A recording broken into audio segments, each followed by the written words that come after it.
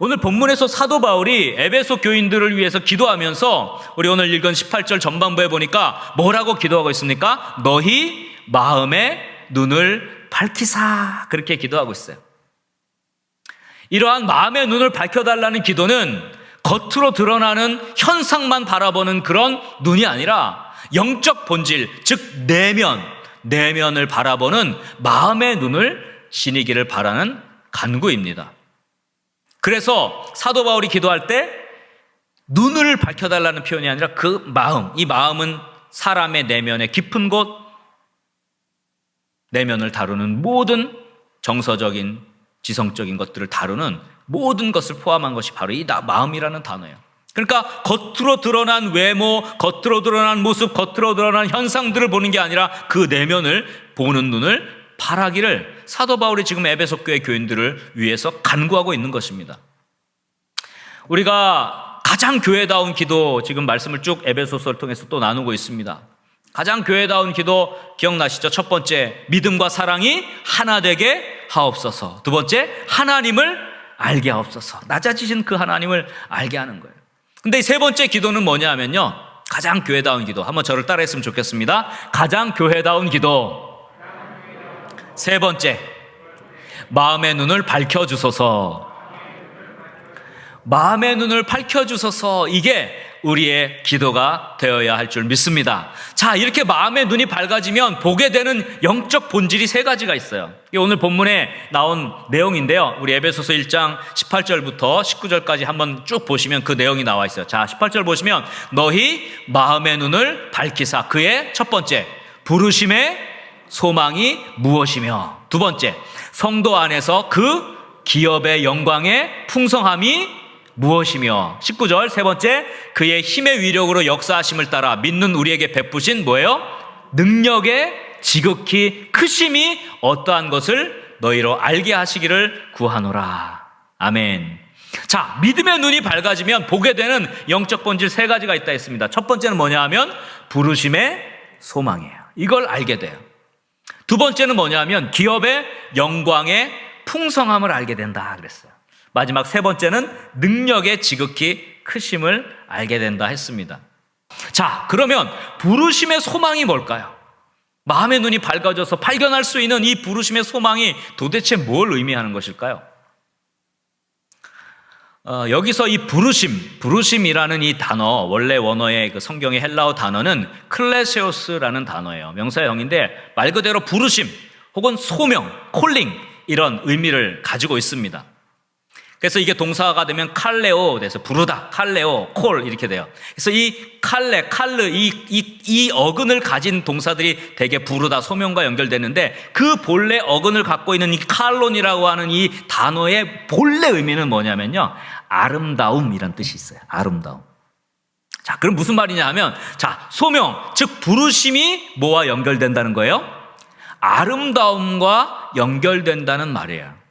이게 좀 어려운데요. 사도 바울이 이 말씀을 쓴 것을 알려면 사도 바울의 삶을 좀 다 살펴봐야 돼요. 오늘 다 살펴볼 수는 없어요. 자, 사도 바울의 다메섹 도상의 경험이 여기 녹아 있어요. 사도 바울이 다메섹 도상에 올라갈 때만 해도 뭐예요? 교회를 핍박하고 사람들을 잡아 죽이고 감옥에 가두고 이런 일을 벌였어요. 말 그대로 죄인 중에 괴수와 같은 흉측한 인생을 살았는데 그 영광 중에 예수님을 만났어요. 하나님의 아들 영광의 형상을 만났어요. 그 분이 누구를 부른 거예요? 죄인 중에 괴수와 같은 사도 바울을 부르신 거예요. 이게 말이 안 된다고 생각했어요. 사도 바울이 평생 거기서 뭘 발견했냐면요, 하나님의 아름다우심을 발견했어요. 여러분, 우리가 하나님의 아름다우십니다 할 때 하나님의 뭐 외모가 아름답거나 겉모양이 예쁘거나 그래서 아름다운 게, 하나님의 아름다우심은 뭐냐면요,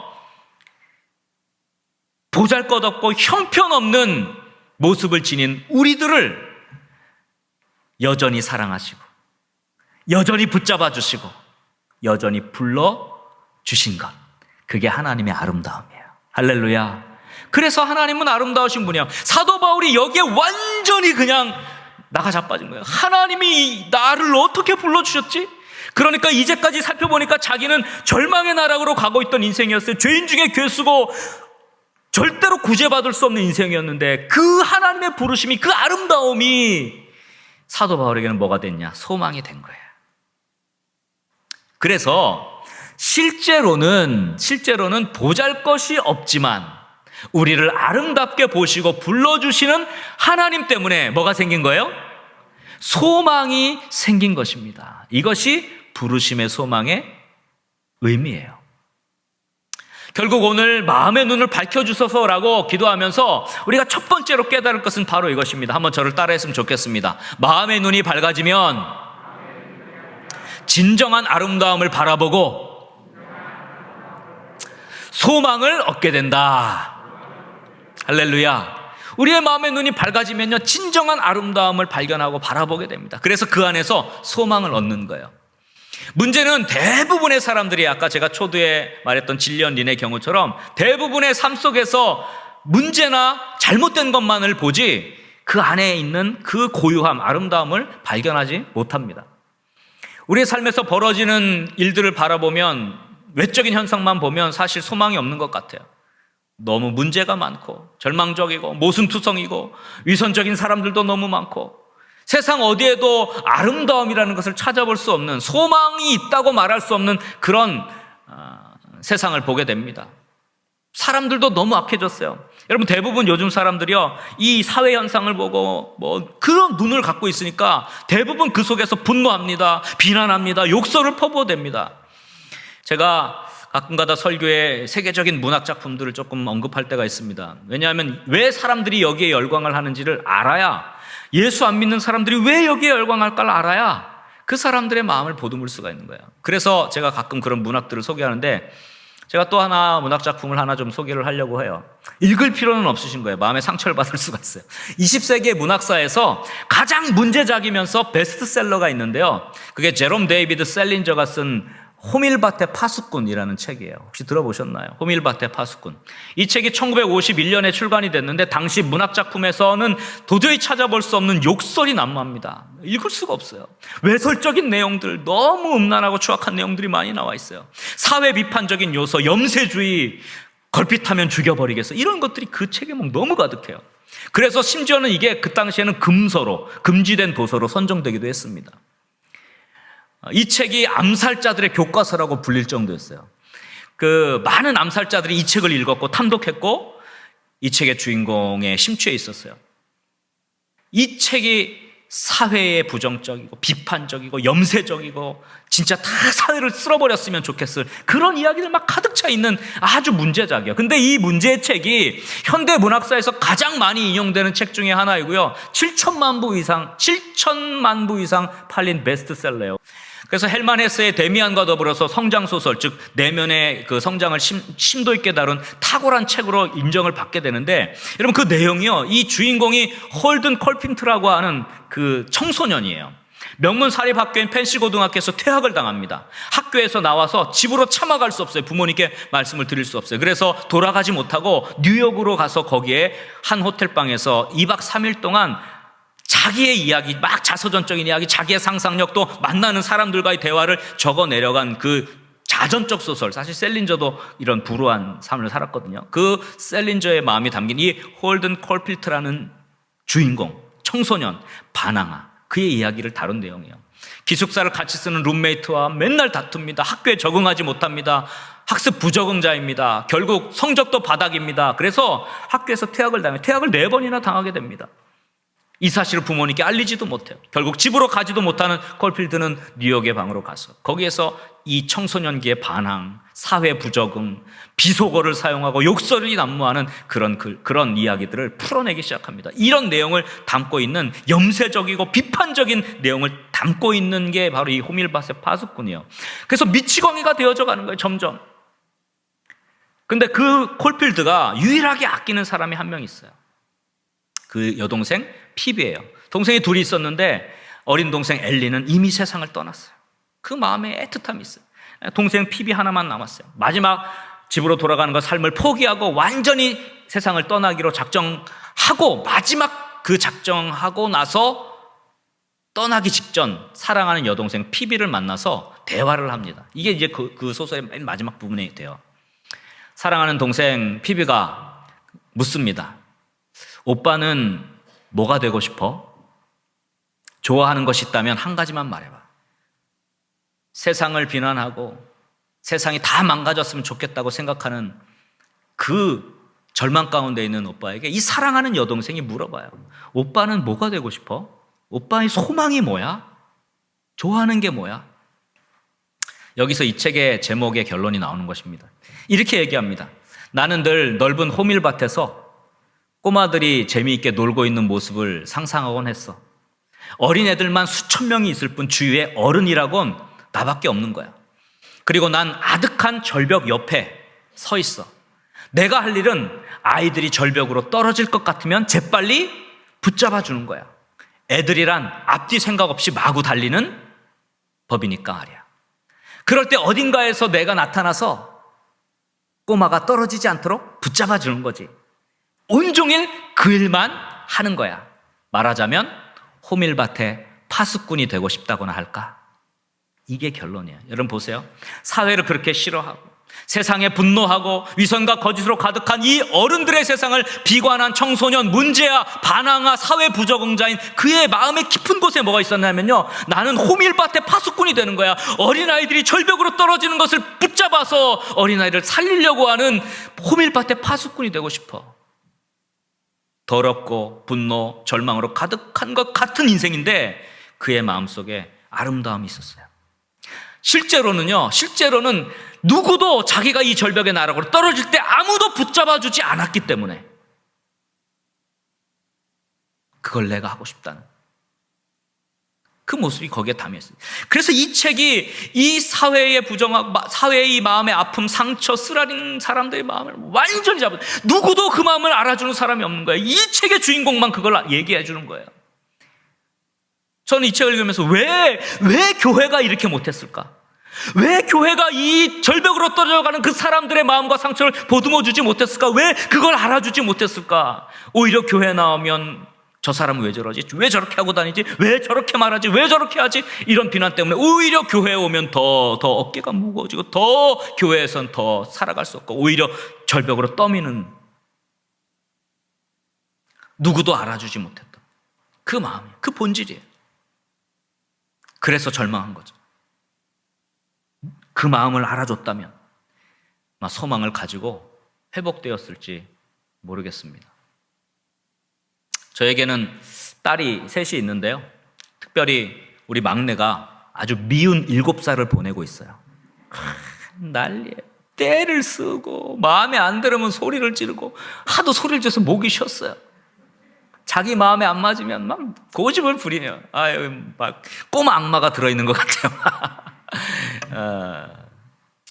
그러니까 우리 아내가 가끔 가다 저한테 그래요. 난 얘하고 너무 안 맞아서 도저히 난 안 되겠어요. 가끔 그래요. 맨날 그런 건 아니고. 아유, 도저히 안 되겠어요. 그렇게 얘기를 가끔 가다가 해요. 그러던 어느 날 저녁에 제가 이제 식사를 하고 차를 마시고 있는데 첫째가, 유나가 제 등 뒤로 와서 아빠 피곤하죠? 어깨를 막 주물러요. 그랬더니 둘째 유리가 딱 보더니 쿠션을 하나 갖고 와서 제 옆쪽으로 와서 쿠션을 자기 무릎 위에 놓고 제 왼팔을 쿠션 위에다 탁 얹히고 팔을 막 주물러요. 근데 막내가 딱 보더니 자기도 쿠션을 딱 가져와요. 그러더니 오른쪽에 와서 무릎 위에 자기 쿠션을 놓고 아빠 손을 쿠션 위에 딱 놓고 오른팔을 팍 주물러요. 저는 세 딸이 딱 여기 주물러 여기 주물러. 근데 그 막내가 이렇게 얘기해요. 주물르면서. 아빠는 좋겠다. 딸이 셋이 있어서. 그 안에 아름다움이 있더라고요. 그거는 자꾸 안 보고 뭐만 봐요? 문제만 보는 거예요. 겉으로 드러나는 말썽만 본 거예요. 현상만 보는 거예요. 사실 그 내면에는요, 사랑이 있어요. 미소가 있어요. 가만히 보면요, 말썽 부리죠. 그러나 예쁜 미소가 그 아이에게 있어요. 그리고 아빠를 사랑한다고 제일 치근덕거리는 딸이기도 해요. 제가 설교를 밤늦게까지 늦게 하는데 문을 닫고, 왜냐하면 집중해서 해야 되니까 제 방에 아무도 얼씬도 못해요. 근데 이 막내만 문을 펄컥펄컥 열고 막 들어와가지고 설교를 방해하긴 하지만, 준비하는 걸 방해하긴 하지만 그렇게 아빠 사랑해요 하고 가는 그런 예쁜 모습이 있어요. 그런데 자꾸 뭐만 본 거예요? 문제만 본 거예요. 문제만. 제가 이 설교를 준비하면서 그 정현종이라고 하는 시인의 방문객이라는 시가 탁 생각이 났어요. 그 내용은 여러분 아마 잘 알 거예요. 방문객이라는 그 시 많이 들었을 거예요. 사람이 온다는 것은 실은 어마어마한 일이다, 이렇게 표현했어요. 방문객이 지나가는 사람인데 그게 어마어마한 일이에요. 왜? 그는 그의 과거와 현재와 그리고 그의 미래와 함께 오기 때문이다. 한 사람의 뭐가 온다고요? 일생이 오기 때문이다. 그러면서 이렇게 얘기해요. 부서지기 쉬운, 그래서 부서지기도 했을 마음이 오는 것이다. 그 갈피를 아마 바람은 더듬어 볼 수 있는 마음. 내 마음이 그런 바람을 흉내낸다면 필경 뭐가 된다고요? 환대가 될 것이다. 어떤 한 사람이 지나가는 것, 어떤 한 사람을 대하는 것, 일순간의 행위, 일순간의 언어를 대하는 것이 아니라 그 사람의 일생을 대하는 거예요. 잠깐 내가 본 것으로 그 사람을 다 알았다고 생각해서는 안 됩니다. 겉으로만 보는 모습이 그 사람의 진짜라고 그렇게 생각해서도 안 돼요. 그 사람의 모습 안에서 인생을 발견하고 그 사람의 삶 속에서 진실을 발견하고 그 삶 속에 겪었던 아픔, 부서진 마음조차도 바라볼 수 있다면 그래야 그 안에 있는 진정한 아름다움을 볼 수 있게 되는 것입니다. 우리는 너무 피상적으로 사람을 대해요. 여러분, 교회는 피상적인 겉모습을 보는 공동체가 아니어야 합니다. 믿습니까? 교회, 즉 성도는 현상만을 보고 겉으로 드러나는 모습만을 보고 판단하는 존재가 되어서는 안 됩니다. 교회는 현상이 아닌 본질을 보는 공동체여야 합니다. 그게 마음의 눈을 밝혀주소서의 중요한 핵심 주제입니다. 교회는, 성도는 아무리 부족하고 아무리 연약한 사람 속에서도 아름다움을 발견해야 해요. 그를 절벽에서 떨어지지 않도록 붙잡아주는 그런 존재가 바로 교회여야 할 줄 믿으시기 바랍니다. 마치 제가 처음에 언급했던 그 진리아닌 문제의 아로 계속 바라봤던 수많은 사람들 속에서 그 천재의 무용과 안무가로 이끌어내듯이 교회는 그런 역할을 사회 속에서 해야 돼요. 여러분, 어떤 사람이 문제를 일으키는 존재로 살고 싶겠어요? 문제아로 살고 싶은 사람이 누가 있겠어요? 아무도 없어요. 누가 추악하고 죄악된 그런 삶을 영위하고 싶어해요? 그런 사람은 존재하지 않아요. 누가 소망도 없이 인생을 절벽 아래로 던지도록 난 막 아무렇게나 살 거야, 이 세상 어떻게 돼도 모르겠어, 이렇게 절망적으로 막 살아가는 사람이 누가 있겠어요? 그런 사람은 한 명도 없어요. 단지 상황이, 단지 환경이 그 사람을 더러움으로 뒤덮었고 소망이 없는 절망적인 인생으로 만들었을 뿐이에요. 그걸 알아줘야 돼요. 그걸 볼 줄 알아야 돼요. 그러나 아무리 보잘것없이 보이는 삶이라도 그 속에, 그 깊은 곳에 아름다움이 반드시 있다는 것을 여러분, 보는 눈을 가지기를 주의 이름으로 간절히 축원합니다. 교회는 그것을 볼 줄 알아야 해요. 아름다움을 발견하고 알아주면 소망이 생기는 것입니다. 할렐루야. 그래서 진정한 아름다움은 우리 예수 그리스도이세요. 하나님이 우리를 볼 때 우리의 겉모습이 괜찮아서, 우리가 뭐 괜찮은 게 많아서 우리를 사랑하고 우리를 자녀 삼아 주신 것이 아닙니다. 우리는 너무도 죄악되고 보잘것없지만 예수 그리스도의 그 아름다움이 그분의 눈을, 하나님의 눈을 덮어서 우리를 하나님께서 보실 때 의롭고 아름답게 보신 것입니다. 믿습니까? 그 주님의 아름다움 때문에 우리가 부르심을 받고, 우리가 절망 가운데 건짐을 받고, 우리가 사랑을 받게 된 거예요. 이게 소망이에요. 그래서 그리스도인들은 이러한 그리스도의 아름다움이 덮인 그 눈을 가지고, 하나님의 눈을 가지고, 열린 마음의 눈을 가지고 사람들을 바라봐야 합니다. 사도 바울의 감격은 여기 있어요. 여러분, 아주 짧은 부르심의 소망, 이 짧은 단어지만 여기에 사도 바울의 일생이 담겨 있는 거예요. 여러분,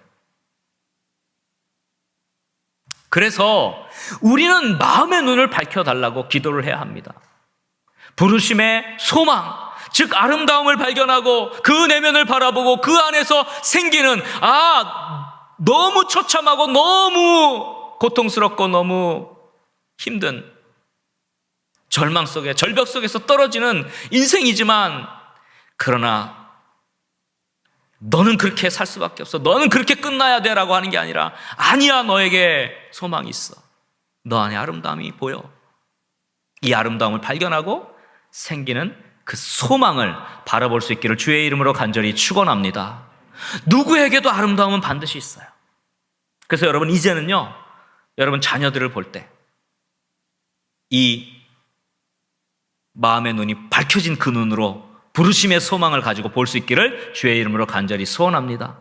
가족들을 바라볼 때 남편이 아내를 바라보면서 또는 아내가 남편을 바라보면서 우리 남편은 틀렸어요, 목사님. 이런 말 하면 안 돼요. 그 안에 아름다움을 꼭 발견하세요. 하나님의 사랑이 그 안에 있어요.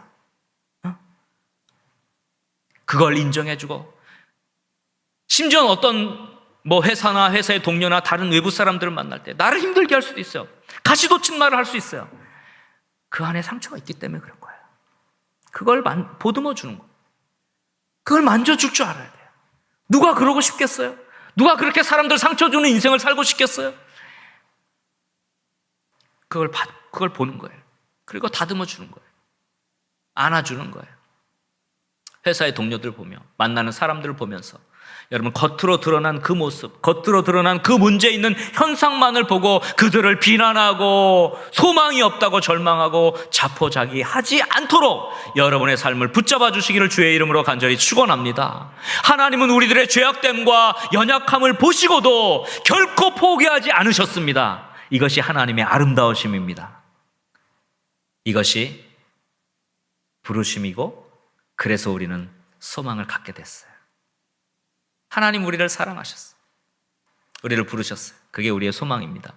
이게 오늘 사도 바울이 발견하길 원하는 부르심의 소망입니다.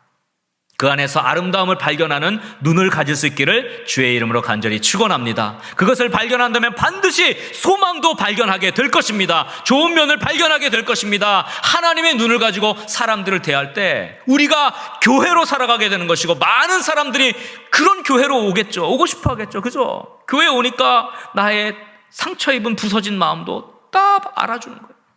점점 아름다워지죠. 우리가 걸어 다니는 교회로, 나는 거룩한 문 성문교회입니다. 내가 성문교회요. 다니는 곳마다 사람들 만납니다. 그 사람들을 보도해주고, 그 사람들의 아름다움을 발견해주고, 그 가치를 인정해주고 하면 누가 그 사람을 안 좋아하겠어요? 그 사람이 믿는 예수님을 왜 안 믿으려고 하겠어요? 이게 교회답게 살아가는 거예요. 여러분, 이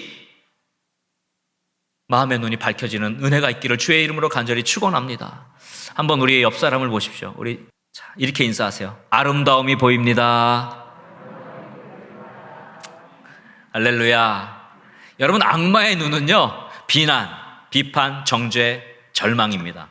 욥을 정죄하려고 눈에 불을 켜고 욥을 살펴보는 사탄을 잘 알지 않습니까? 사탄은 그것만 불이밖에 찾아요. 저 사람의 문제점, 점 뭐가 있나? 그러나 교회는 그렇지 않습니다. 교회가 교회되려면 마음의 눈이 밝아져서 우리를 부르신 부름, 그 하나님의 아름다움, 여전히 우리를 사랑하시는, 포기하지 않고 붙잡아 주시고 부르시는 그 하나님을 교회는 바라보게 하고, 그래서 그 안에 소망을 발견하게 하는 것. 이게 교회의 눈입니다. 할렐루야. 진정한 소망인 아름다움을 보는 저와 여러분 될 수 있기를 주의 이름으로 간절히 축원합니다. 그래서 어느 누가 교회로 오더라도, 교회의 누리가 어떤 사람들을 만나더라도 외적인 문제가 있는 그 현상만을 바라보는 것이 아니라 그 안에 감춰진 아름다움을 봐주고, 그 인생의 가치와 살아온 삶을 존중해주고, 그렇게 할 때 교회는 누구나 오고 싶은 곳이 될 것이고, 교회인 우리들은 그 영혼들을 얻게 될 줄 믿습니다. 바라기는 우리 거룩한 문 성문교회, 우리 믿음의 영가족들이 마음의 눈이 밝아져서 겉으로 드러나는 이 외적인 암담한 현상, 겉으로 드러나는 문제의 덩어리만 보는 것이 아니라, 그래서 그것 때문에 낙심하고 절망하고 절벽으로 떨어져 가는 것이 아니라, 오히려 그 내면의 아름다움을 발견하고 인정하고 존중하고, 그래서 마치 절벽으로 떨어지는 절망한 인생들을 붙잡아주는 호밀밭의 파수꾼 같은, 참 소망으로 그 사람들을 일으켜 세워주는 그런 제대로 된 교회로 살아가는 축복이 있기를 주님의 이름으로 간절히 축원합니다.